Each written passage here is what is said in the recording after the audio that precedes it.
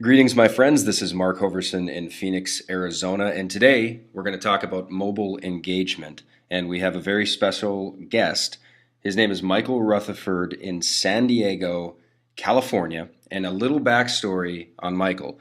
Over the last 3 years, Michael has generated with his team 100,000 separate mobile campaigns. And we're going to go into a little bit about what that means. And he's also, with his team, generated multiple millions in mobile commerce. So we're going to go into his mindset and what he knows that maybe we don't know and should know. And then we also have a fun little game at the end. So buckle up, sit tight, and without further ado, Michael, are you there? Hey, Mark, I'm here. How are you? Glad to be with you. I've never been better. So let's get right into the good stuff. You're a leader in Rippln. We're going to talk about Rippln in a moment, but deeper than that, just tell us, what is mobile engagement? That's a great question. What's interesting about it is everybody's always curious, the mechanics and the specifics behind what mobile engagement is. And, everybody's noticing that the world has gone mobile. They've noticed everybody has got their faces in their cell phones. And what's interesting, we've kind of adopted a tagline of "Go where the eyeballs are," because if you can find the eyeballs, you can find people's attention. Mm-hmm. And whether you're an advertiser trying to reach customers, you can't market to where their eyes used to be. You have to market to where their eyeballs are today. If you're a mom trying to reach your kids, and if there's any moms watching this, I'm sure there are. You've noticed if you want to reach your kids, you've got to reach them on their mobile phone. So mobile engagement is really connecting with people on the one device they have on them absolutely all the time, which is their mobile phone. Yeah, and you sent me an image which I think is pretty telling from the difference in a big social event at 2005, a historic event, versus 2013. What does this picture mean to you? Because you've actually monetized the mobile engagement. Well, what is this, when you see this, how do you observe this picture, and what does it mean to you? It means really a few things. One of the main things is it means the switch or the transformation that's take place on how people perceive the world, how they get news, how they connect with their friends, how they do life has absolutely radically changed. And people in today's world don't spend time on their laptops like they used to. They don't read newspapers like they used to. They don't experience life like they used to. They're taking pictures with their cell phones. They're checking in on Facebook with their cell phones. They are tweeting their friends from their cell phones. They're capturing life's moments with their cell phones. And what's so funny is on the top picture, you see one cell phone. I'm It's just 8 years ago. Yeah, and she, Which is highlighted. there was the early adopter. Like who's that wild James Bond-like person catching this on a? Think about a cell phone with a camera on it 8 years ago. What a Wild West.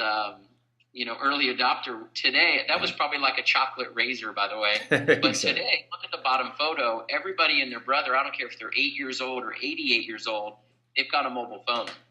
I like it. So let's get to the second question. And again, everybody, stay tuned because we do have an interesting little game to play. So my next question is, do you think this mobile frenzy of constantly checking our phones, almost to probably addiction levels at some times, but do you think it's just a phase? Is it just a phase? Is it a temporary thing where it's dying down or it's going to fizzle out, or what do you feel?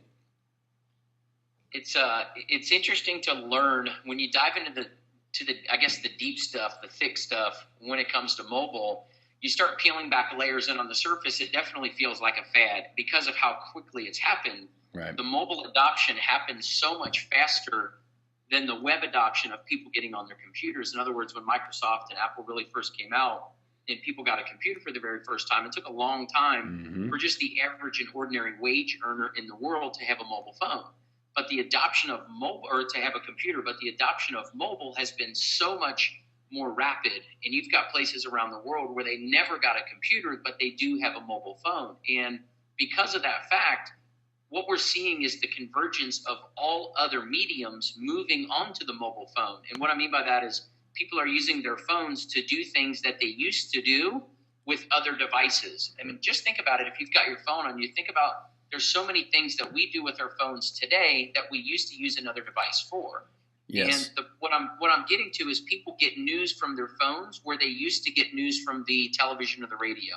Mm-hmm. They get deals and discounts of from businesses or restaurants and things nowadays from their mobile phone. The phone has really become the Swiss Army knife of somebody's life. It's not just this hokey little place where people can chat with their friends. It really has become a tool that has influenced every area of their life. So what you would say is, and this is kind of a comical little picture that 20 years later and all these things fit in your pocket and you've got the video camera and we had one of these. I remember in the 80s we got one and we thought it was the coolest thing ever, and we'd carry it around in a big suitcase to our basketball games and radios and things like that.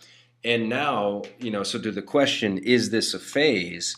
What's actually happening now is that the mobile phone is literally becoming the Swiss Army knife.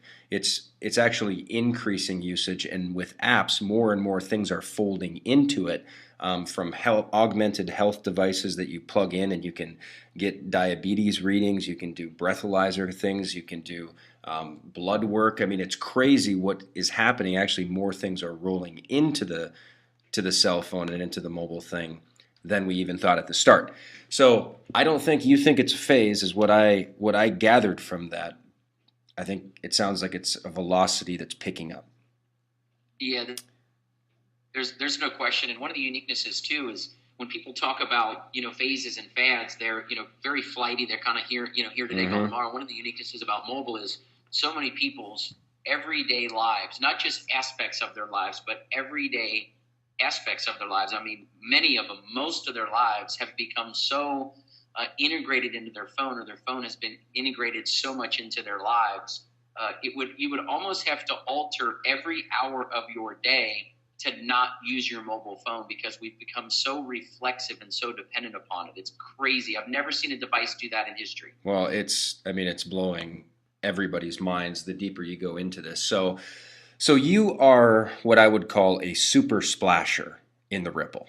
You're all over the world. Your Rippln is, waving across to so many different countries, and you are very committed and in love with the vision of Rippln. So my question would be, what do you like best about the ripple effect? And then we're going to throw out a challenge to all our viewers, and I think we're going to have a little bit of fun with it in the comments below. But what do you like best about the ripple effect? Since we kicked this project off and really began the pre-release of the community, one of the most exciting experiences for me, there's really, I guess, two main ones. The first of which being watching us connect the globe on one community, with one conversation, with one change to the way that people see the world. I've watched, just in the first 3 or 4 days of this conversation being spread around the world, I've watched people I'm looking at my screen on another laptop right now. We've got hundreds of people in Ethiopia connected into the Rippln conversation, which started in Dallas, Texas, literally just days ago.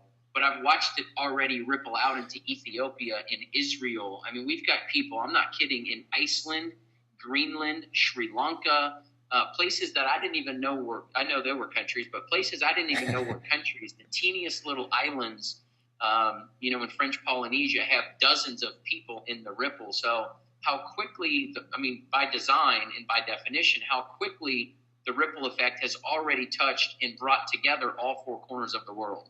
That's amazing. And that there's a story where it ties to you.